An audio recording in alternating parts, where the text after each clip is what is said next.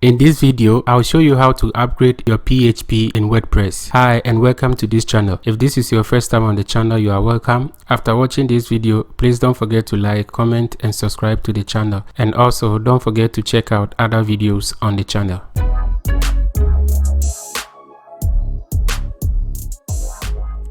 Alright, so let's get into the video. I've logged into my WordPress dashboard, and as you can see, I have PHP update required, so which means I need to upgrade it. Log into my back office.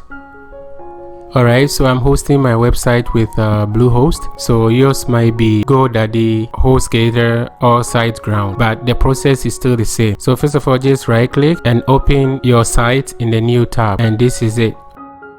So now I need to access my control panel. Right click, then open in the new tab. Alright, so this is it. Just scroll all the way down.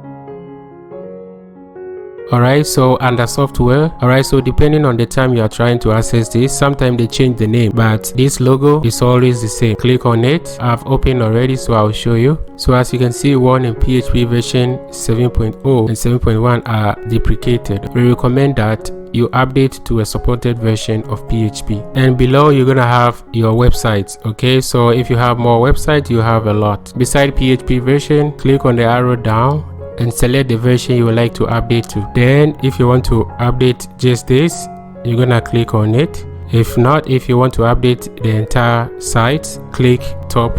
Okay, so which means it's gonna update all your sites. Then click on apply. Alright, successfully applied PHP version. So now I'll go to my dashboard and I have to refresh.